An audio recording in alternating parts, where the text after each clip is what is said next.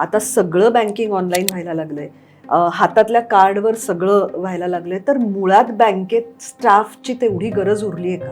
परत तो विषय एफिशियन्सीच येतो. म्हणजे तुम्ही म्हणलात त्या पद्धतीने मी सगळ्याच स्टाफला अशा पद्धतीने केलं तर मला जमणार नाही ते. कारण बँकेमध्ये आजही कस्टमर येतोच ना. ह्या सेवा आहेत हे न येणारा एक वेगळा वर्ग आहे की जो फक्त मोबाईल बँकिंग किंवा इंटरनेट बँकिंग हँडसेटवर मिळणाऱ्या सेवांच्या आधारे करतो, पण त्याची अपेक्षा नसणारा सुद्धा कस्टमर आहे.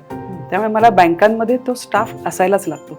त्यामुळे आज स्टाफ कमी लागतो का कमी लागतो असं नाही.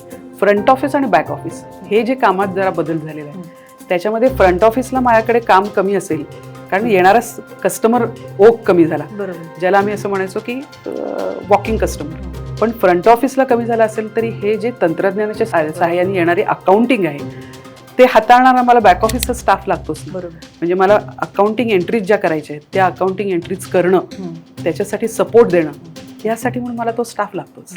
त्यामुळे स्टाफ कमी होणार नाही, फक्त त्याचं वर्गीकरण बदलेल.